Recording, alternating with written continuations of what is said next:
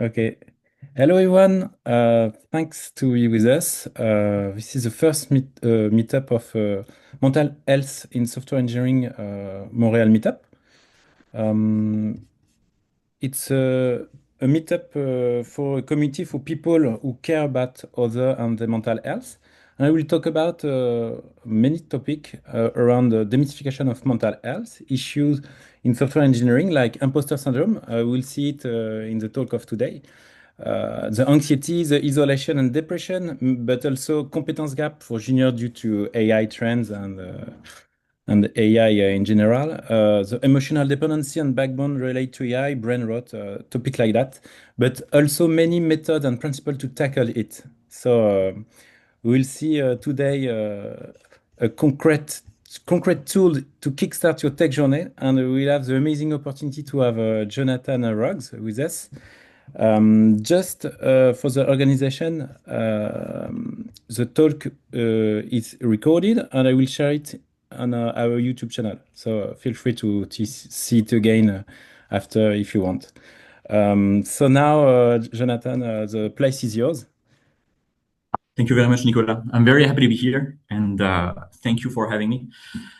This is actually one of the first times that I'm presenting something on Zoom. Usually, I would do that Yeah. live with a real screen and real people in front of me, and this one is a new one for me.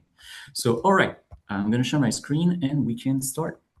Yeah, and feel free to ask a question along the meeting.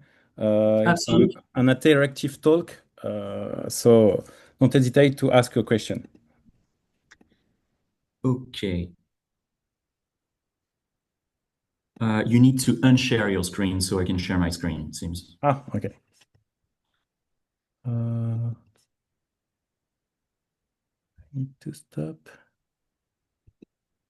Are you sure? I think partager. I think so, it tells me.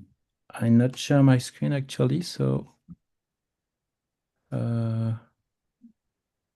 try it again, maybe. Yeah, it's locked. Wait a minute.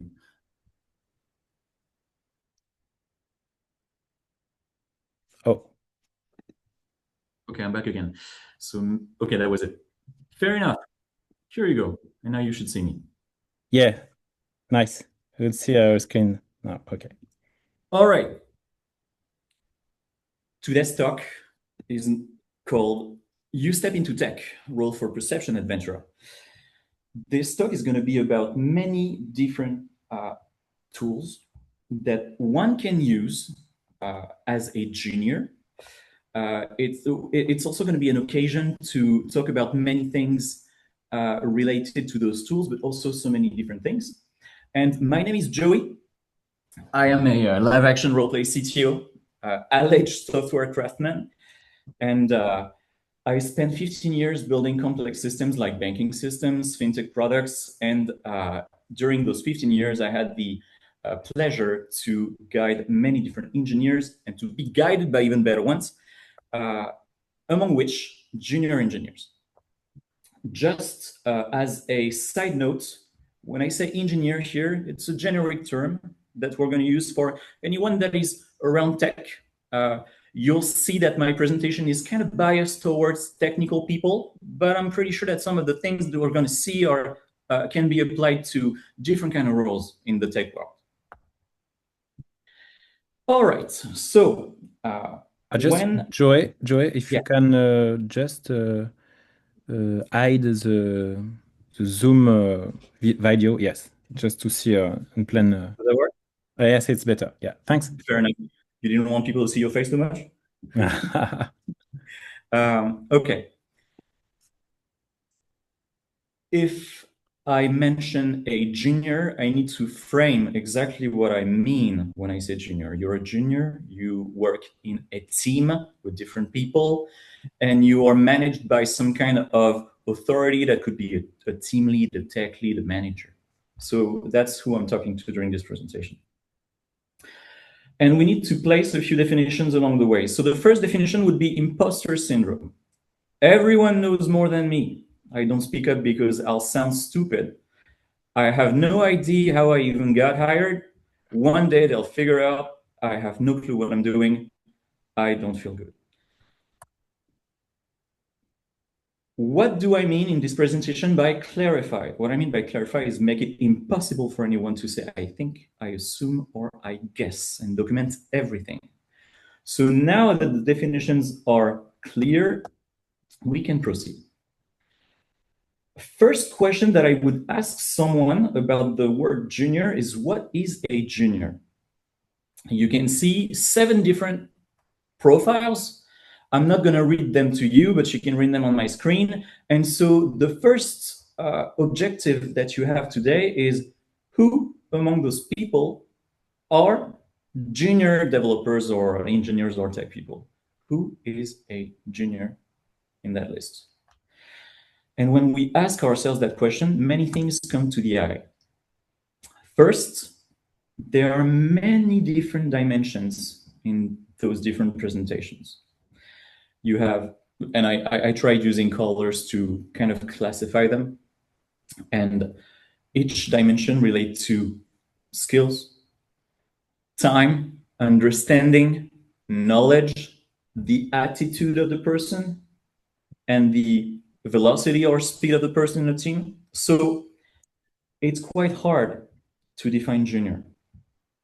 Junior depends, first of all, on who you're talking to. The word is therefore locally defined. And so it's an ambiguous word.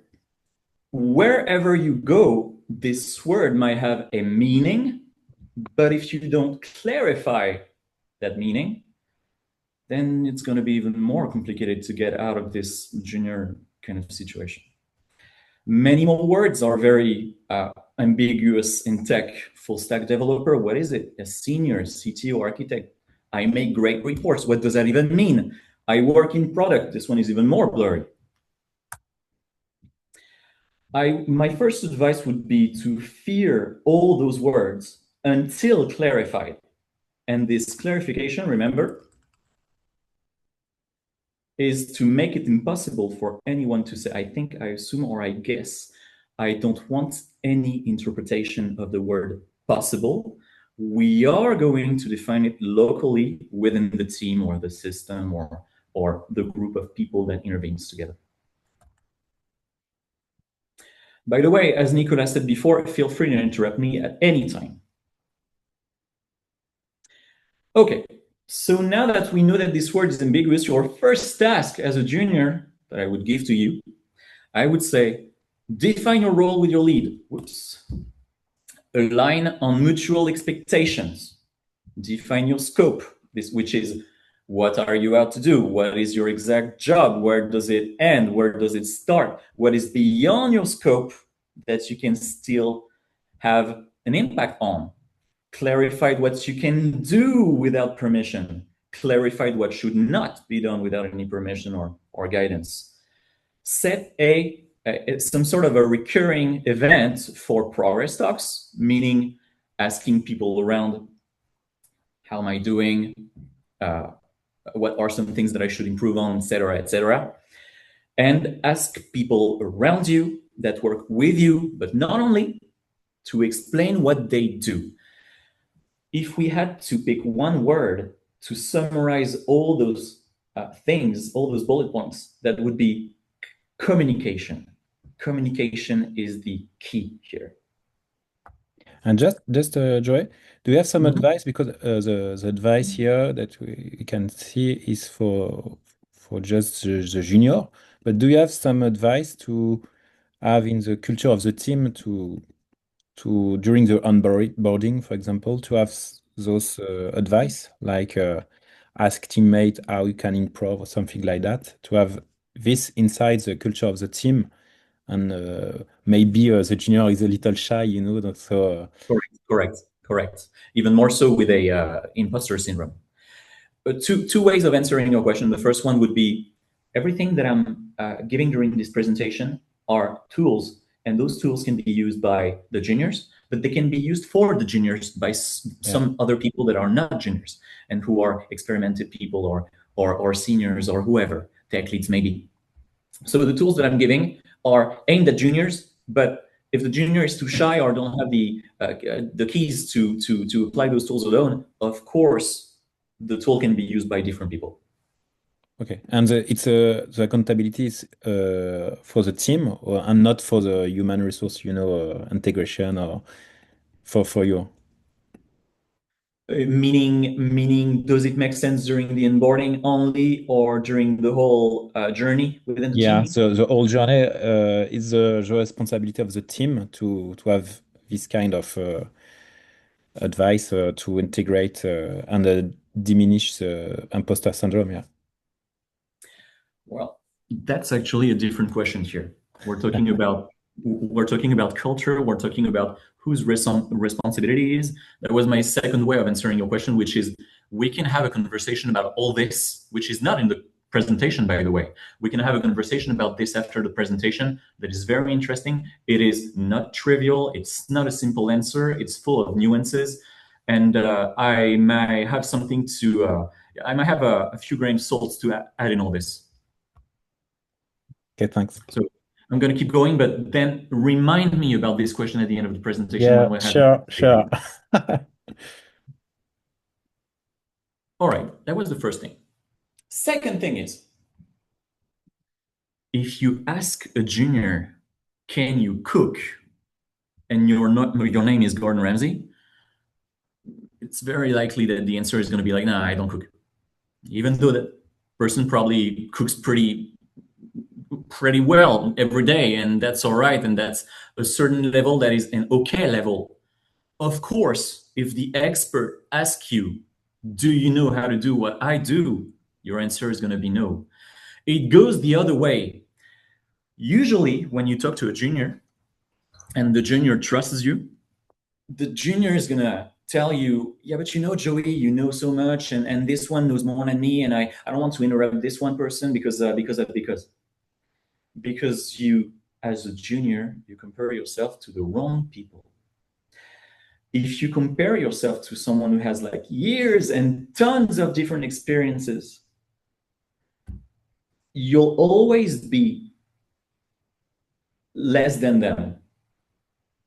So instead of comparing yourself to rock stars or people with a lot of influence and knowledge and people who are verbal about their skills, I would ask you to choose who you're comparing yourself to. And don't do it with people who don't look like you at all.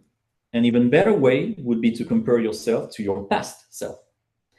Because here the point is not to say you're better than me, I'm better than you. This is not the right way of doing things. By comparing yourself to others, you can only be sad thinking you're bad at what you're doing.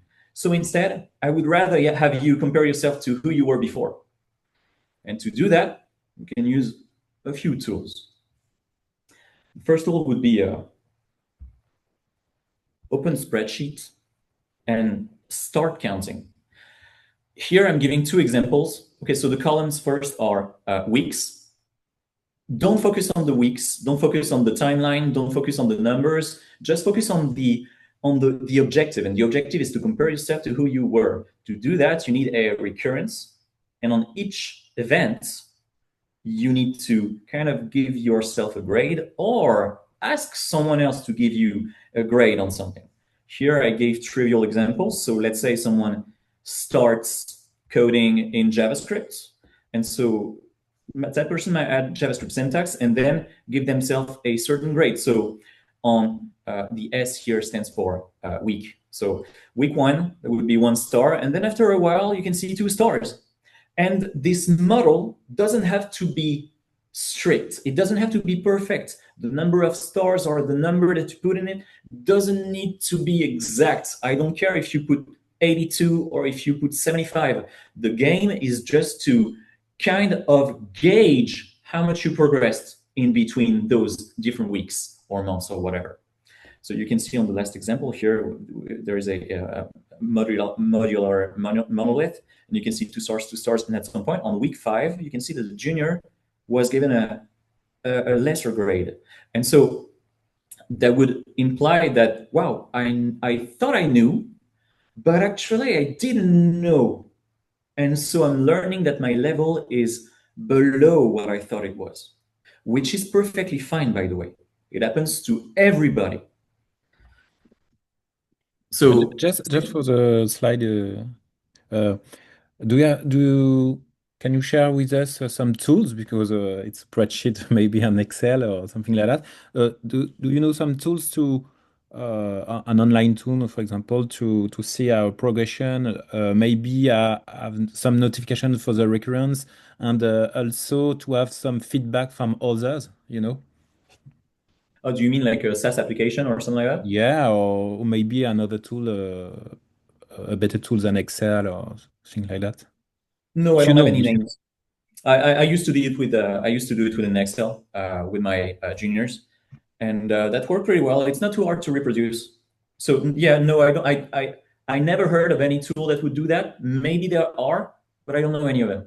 And for ask for feedback from other, do you have some recommendation or? Well, asking for feedback can be done orally. That could be, verbally. You can go grab a drink or whatever. You can go on a social event and just do it like live.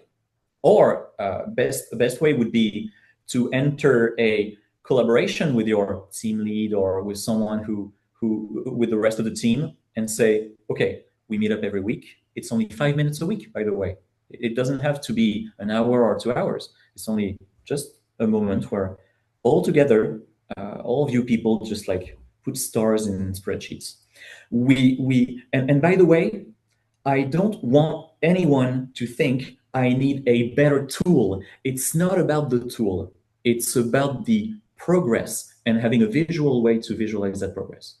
It's not about the tool. It can be very rudimentary, if that makes sense, like something very as easy as an Excel sheet. Yeah, but for attendees, maybe some people have it's not simple, you know, to ask for feedback Mhm. because based on the assumption that you have the imposter syndrome and maybe a little shy. Correct. Do you have one Correct. advice uh, to ask for feedback for the first That, time, you know? that's why I said that we should enter a some sort of a collaboration with the people around us. Meaning like the people around us, when we are within a team, you should take care of the people and the people should take care of you. At some point, if you don't know how to get the feedback, it's going to be a hard thing to do, but you have to pick the team that you know will give you feedback. It's complicated. It's very complicated here because it's something that is kind of blocking. When you have imposter syndrome, you don't make the first step. Yeah. So in order to counter your inability to get the first step done, you have to enter a team that is doing it without you asking. I know it's complicated. There is no perfect solution here. Sometimes you think you get into the right team, and in the end, like it ends up not being a very collaborative kind of environment. And so yeah, we messed up It, as a it, team, as an it, individual. it will be another question. It's how our junior can identify a non-toxic environment, you know, with a psychological safety to be able to are secure to ask question, you know, or feedback. Yeah. Correct. This one too, we'll talk about it. All right. So first of all, make that spreadsheet. I can create it for you if you want. I can send it later. Fill it with what matters to you. I don't want you as a team lead or a team member or a junior. I don't want you to think like, oh, it has to be exhaustive. It doesn't really matter. The game here is not to track everything perfectly. The objective is to keep yourself aware of where you were before and where you're at right now. Because if you compare yourself to who you were instead of comparing yourself to others, you will see gradually that you only improve. And Just a little notice about that it's very difficult at this time because we are in a world with a social network and we constantly compare each other. So, that's right. That's right. I don't want to go into those topics because it's incredibly true what you said. Uh, I feel like I feel like once you trust people, and by the way, this is something that I will mention later on in this presentation. Once you trust people, you have to keep them around you. Once you have people who know what you go through, who can guide you and accompany you in your journey to become from being a junior to an experimented, like, a contributor or whatever, those people should not be left behind. You should always keep them near you. So as I said, spend 5 minutes. You don't need to spend an hour. Don't make it exhaustive. Just make it obvious what your progress is. Don't lie to yourself. Observe change in the mindset after a while, because like after a while you'll have some sort of objective data, uh, and this objective data is going to be enough, maybe if you're lucky, to kind of counteract your imposter syndrome. You will be able to say, I was bad 2 months ago and now I'm kind of okay. Why do I know I'm kind of okay? Because I asked, because people told me, because I see it myself. I feel more at ease on what I'm doing. And this last one is exactly what we said. Share the spreadsheet with challenging people, meaning like if you can't find the information yourself, ask people about it. You build, your job is to build, I don't know, tables. And that's your first week on the job. You're going to suck at it. And that makes sense. And after a while, the people around you give you guidance, they give you tips and tricks and whatever. And after a while, you see that you become kind of okay at it. And it might take some time, but it doesn't matter how much time it takes. It matters that you're better than before.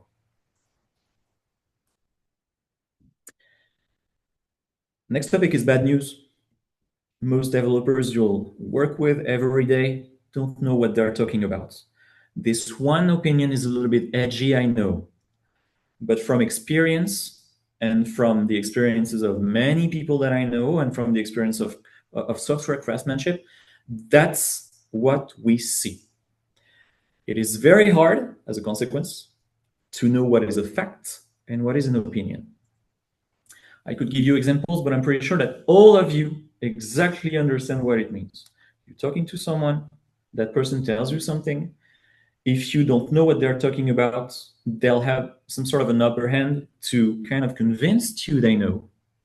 But in reality, it's not certain. You've been convinced.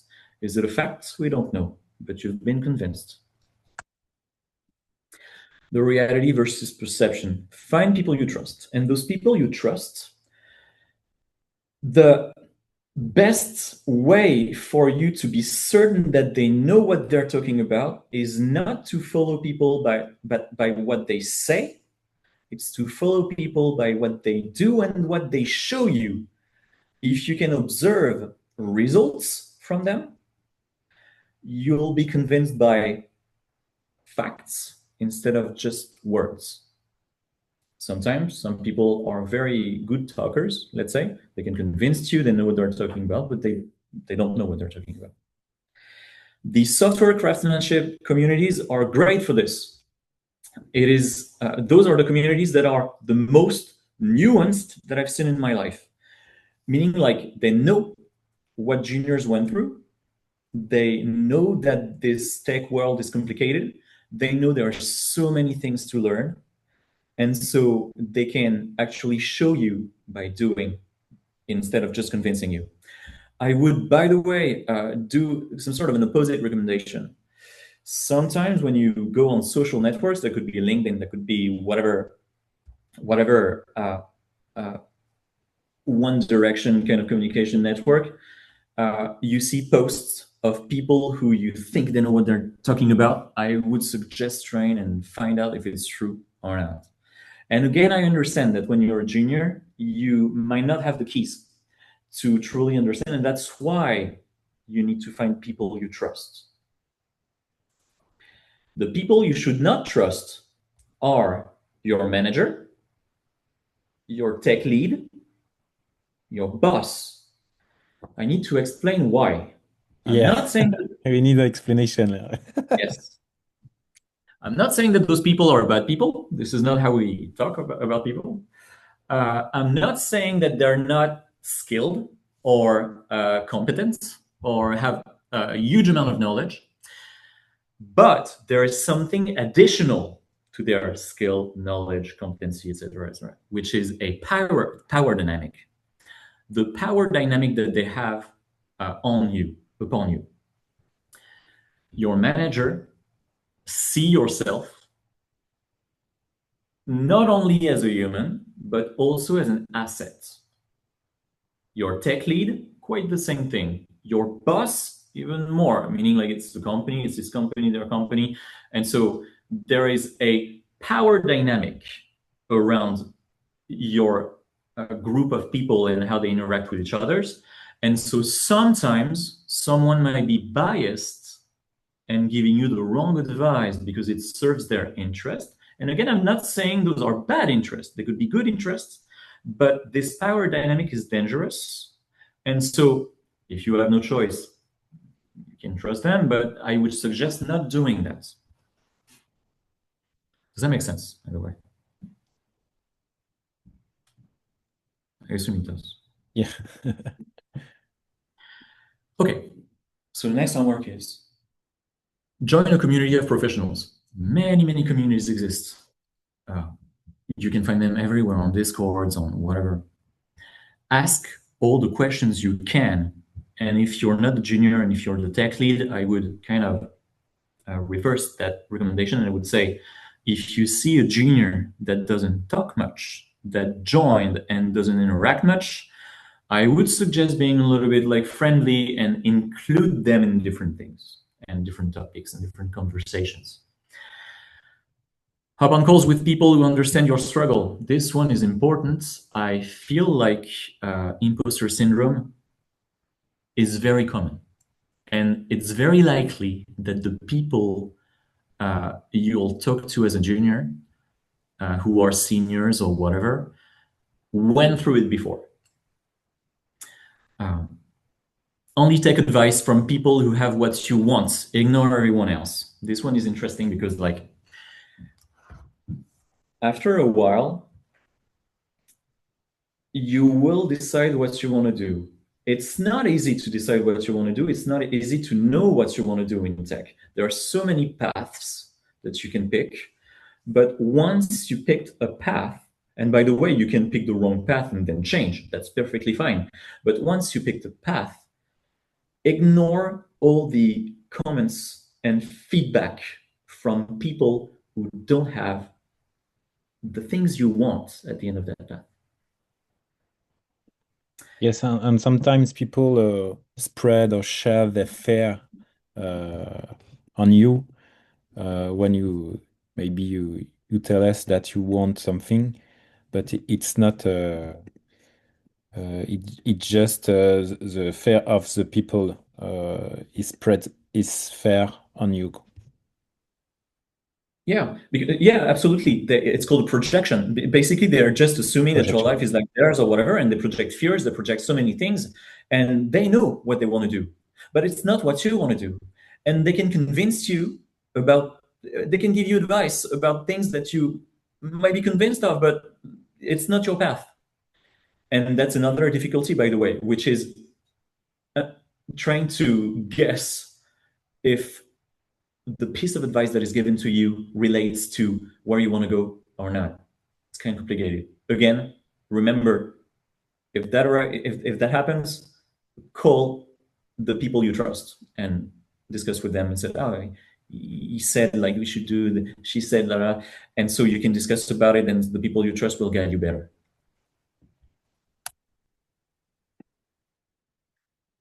Okay, those are the topics that I did mention during this presentation that I wanted to talk about just a little bit. Switch from I work for that person to that person needs me for kind of mentality, kind of mindsets. This one is probably a very hard one to reach. The moment where you switch that discourse in your mind, things become to open up a little bit more and you start to see yourself as someone who does something instead of someone who's not good enough to do that thing. Second bullet point would be assertive on absolutely everything. Nuance exists everywhere, so it is implied. As a junior, I expect you to say something that is wrong, and that's all right. I want you to tell me, Joey, the cooking time for pasta is 2 hours and a half. Because if you tell me that, I can tell you, careful, you might be wrong. If you're not assertive enough, you will tell me something like, yeah, I guess pasta, whatever. It's going to be, you're just going to kill it's not going to be clear to that person you're talking to what you have in mind. And so you absolutely need to be assertive on everything. This is the hard point, especially for very beginners and shy people.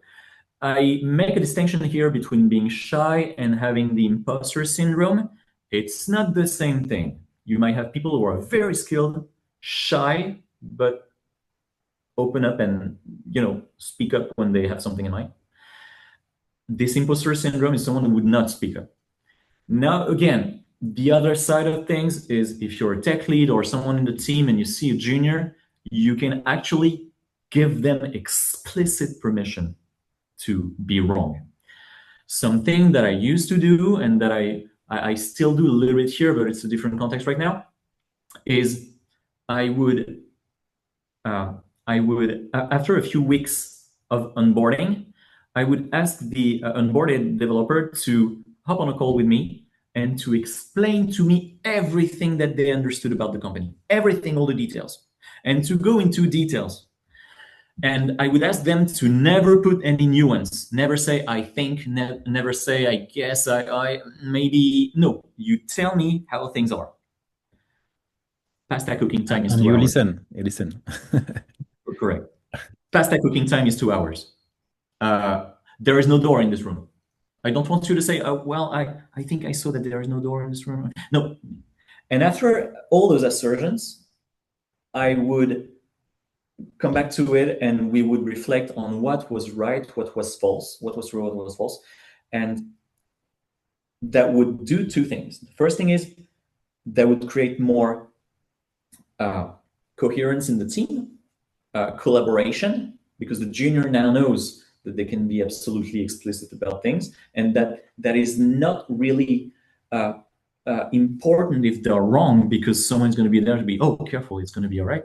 And the second thing is the team is going to be aware what the junior think is true and is not.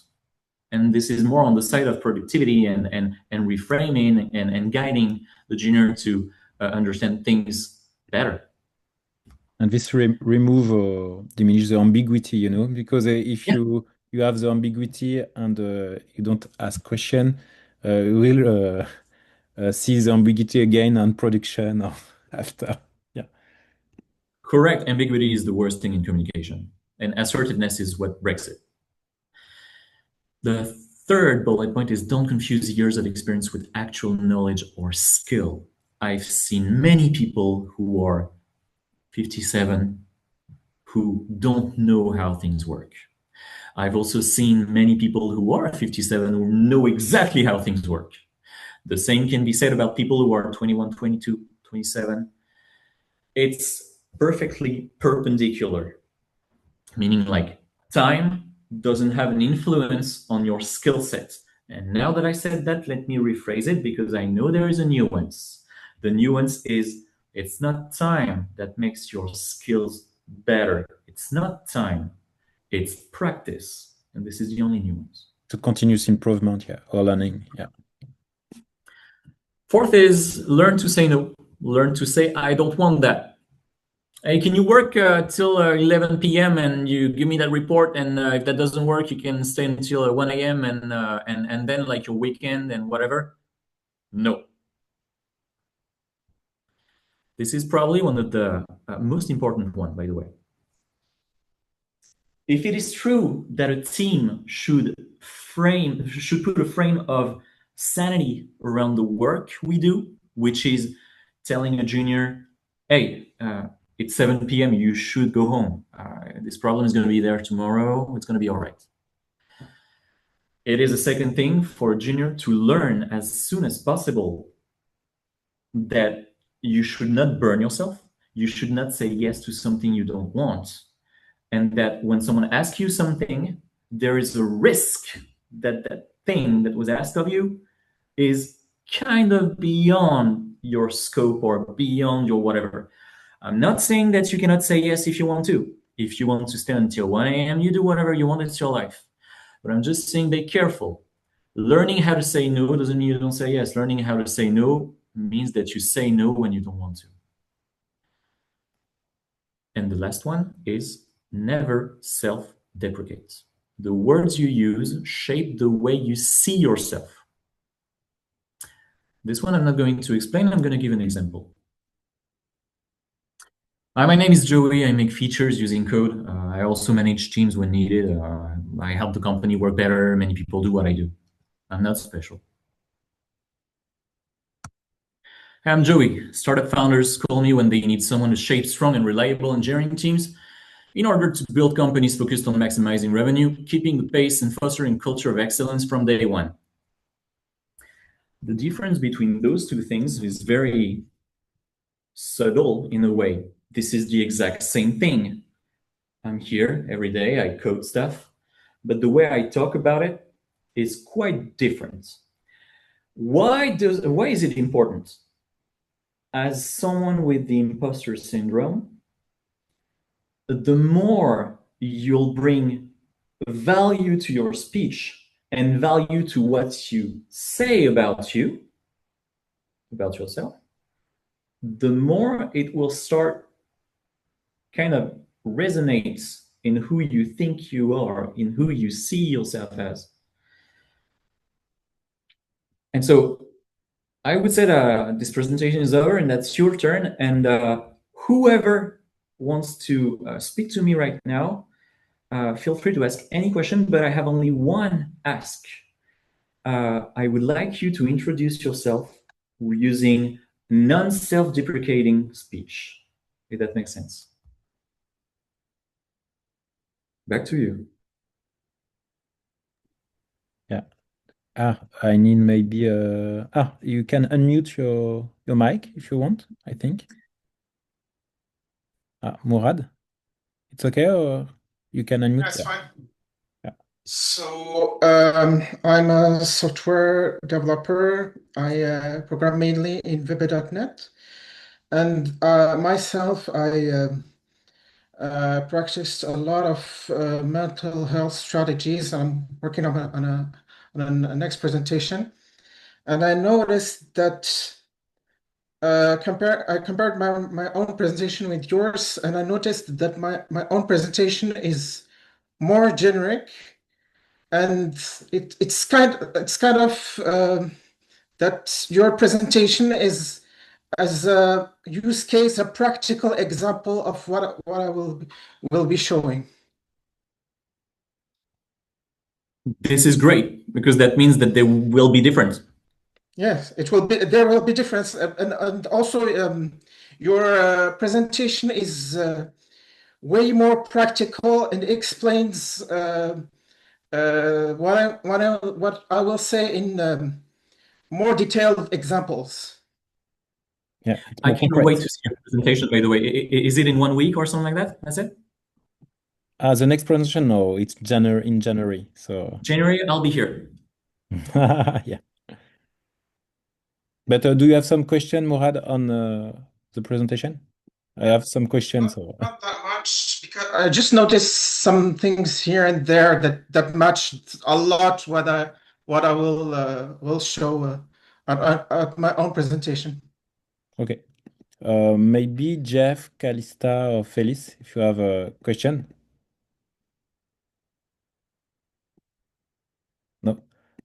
Because if you can, Joey, ask to my question on the how for junior, a junior can identify a toxic environment, when he join a new team, how he can see if you have psychological safety. What is your advice on the, when it starts the mission or something like that? All right. Let's go back to definitions. Let's go back to big dynamics. Toxicity is not something that appears out of nothing. Toxicity is the result of something. It might be the result of many different things. So let's give a few examples. We might say that some company where some team or company where people tend to yell at each other is a toxic environment. Tend to meaning like it happens, like maybe it happens every 6 days, but still it's not sane. Another example can be my boss is always behind my back asking me like, when is it done, when is it done, when is it done. And this is a toxic behavior. Another one could be, just so I give a few examples of different kinds of toxicities. A third one would be people talk behind my back. And so it's kind of hard as a junior, even as a senior, actually, it's kind of hard. And so I've been in those environments before. And this toxicity always comes from something else. Meaning like you cough, you might be sick. And so you have to treat the sickness. You cannot treat the symptom. And toxicity is the symptom. All right. So now that it's presented, many different things. The first thing is it might be coming from a lack of skill. Lack of skill leads to misunderstanding. It leads to communication problems. It leads to complexity. It leads to technical debt. It leads to architectural problems and many, many more things. This lack of skill as someone who comes into a company is kind of hard to see at first. Even more if you're a junior. So I would say two different ways of answering your question on this one. The first one would be you're not a junior. You're someone who's experienced in tech, and so your goal here would be to ask as many questions as you can to the person who's hiring you. In the best case, that person you're talking to is a tech lead, the exact tech lead that is going to be the person in your team, or someone at least you're working with. It doesn't have to be a tech lead, but someone close to you. If it's HR or if it's someone super far away from where you're going to work, that doesn't make sense. You're going to ask questions, and in the end, like basically, they're just going to answer according to their views, and so it's not going to be the actual environment you're working in. If you're a junior, it's going to be hard to do because you have someone in front of you who can actually bullshit you very much, and maybe lie to you, and it's going to be hard. So I'm very sorry. There is no solution here. You have to get in if you have the feeling that it's a good one. But I want you, once you got in, to spend as much time as you can trying to have a grasp of the skills, of the level of skills of the people you're talking to, and as much as you can try to create a context and situations where you know things are not gonna work. When I say not gonna work, I'm not saying make it toxic. I'm saying ask the right questions. For instance, why am I asked to estimate things when we know that it's obsolete? That's a good question. You'll see the skills of the person in front of you.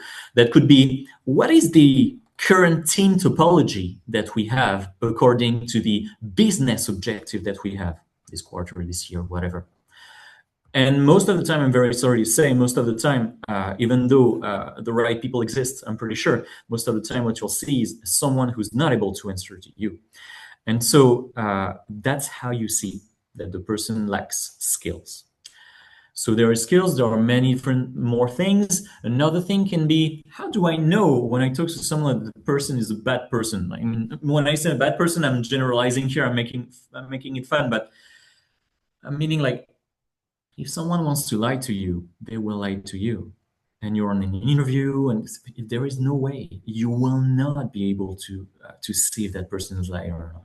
As long as you don't get in, you gotta get in. It's hard, but you gotta get in. And I just want to add a nuance here, because when some people hear me here, they might think, Joey, easy to say. Yeah, get in, get out, whatever. I gotta eat. I gotta get money, and I gotta have a life. Yes, I know. I very much know. It is very complicated, and the effort is on your side. It's not on their side. But your advice at the beginning was to say to know how to say no, but the junior should be transparent with the team and say, okay, I need some kindness. I know that it's not perfect, but you should be explicit with the team or not. The more you are explicit as a junior, the easier you'll see how your team treats you. And maybe That's teammates can change the behavior with you because, like you said, the cause of yeah, the attitude toxicity. is not you. Yeah. So, Learning how to put boundaries. Put boundaries is a good word. Yes, boundaries is a good word. Absolutely. You need to place boundaries. And as always, a boundary is some sort of a contract. And the people around you might not accept your contract, might not accept your boundaries. In that case, well, it's a lose-lose. Do you want to stay with people who don't respect your boundaries and therefore you gave up? Which is okay sometimes. You can give up sometimes. We're not super strong every day.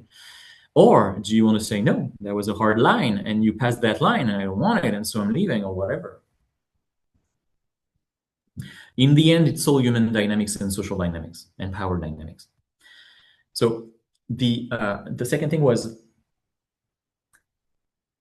I would recommend going on LinkedIn or whatever and kind of stalking people who used to work where you want to go and call them. I'm pretty sure they'll have something to say. Would you like to get into a company that had allegedly a manager that screamed at you? No, you don't. You know that it's a red flag. Red flags don't mean there is something wrong, but it's a red flag. And so at the end, it's about your own perception of what you heard. You call someone who were there before, you said like, hey, how's the team? How does that work? What's complicated? What's easy? Why do you leave? By the way, why do you leave? This is a good question. And you make yourself a picture of the company you're trying to get into. And you can decide if you want to keep going or you just stop right there. and I have So, a last question. What is your advice for if your junior needs sociable programming, and the team is not comfortable with? Maybe the team needs some humility, in those kind of practices. So, what is your advice for a junior to ask for sociable programming, even if the team is not comfortable with? I would say the problem with the junior asking for that is the exact same problem as a junior asking for anything. Yeah. It's the exact same problem. Here, it's about the dynamic. Sometimes, most of the time, I would say, what we do is hard and complicated because it's tech, it's engineering, etc., etc. It's human dynamics, it's teamwork, and therefore, the best moment to ask for something would be a moment of low effort. It would be while you're having lunch or on socials or at a different time. Let's say when you're having drinks with your team or whatever. So it's not about how can you do it. It's what makes you maximize the answer that will be given to you. And so that would be at the best time. And the best time is on low effort, low stakes, low maybe when intensity. you're rewarded, Say what? or maybe when you're rewarded. Rewarded by Reward what? it? No. You need to pay for something, though. No, Oh I yeah, mean, you pay you're recognized for your efforts. Okay. them. Yeah, yeah, that makes sense. Any moment that you know the person is going to be receptive. And do you have some advice for teams that need to start with psychological safety? Does the team need to help with the coach or something like that? Oh, okay. I'm going to ignore the coach part for now, but we'll come back to it. If you're a junior and you don't yet have the keys to express yourself sanely, to make the people understand what you mean, to even start a conversation with someone, maybe you're too shy or whatever. At least what you can do is absolutely document what you want for yourself, even before talking to others, even before starting conversations, just you versus yourself. Take a sheet of paper, a piece of paper, and start writing. This is okay for me. This is not okay for me. This is the context that I want. This is the context that I would agree to, even though that's not perfect. And you start placing boundaries and lines. And so that's a first way of doing it. Now let's talk about the coach thing. I'm coaching people on the side. And I would give a piece of advice that is kind of edgy. I would say, careful, careful very much. Because once you pay someone, the dynamic is very different. You know, there was a quote which was once your how do you call that godfather, not godfather, but the father from your of your girlfriend Okay, yeah. pays for your things. Thanksgiving dinner has a different taste. Meaning, like once you pay someone to do something, that person is now incentivized to bring you up enough so you keep paying or whatever. And again, I'm coaching a few people on the side. All the coaches are not like that, but I would be very, very careful how you pick your coach. I would even say it's a little bit like picking your therapist, meaning you go see one, doesn't work. You go see a second one, kind of okay, all right, now I'm gonna keep iterating until you find the right person. Don't commit too soon. Okay, so you need to try several coach and see if you have some feeling with that with him. Okay, so thanks, Joey. Maybe if you have a last question, Jeff, Kalista, Felice, or Morad, and I think we will end the meeting if it's okay. Ah, Jeff, you have any question? I just wanted to say hi at the same time and thank you for the Ah, presentation. It was really good. thank you, Jeff.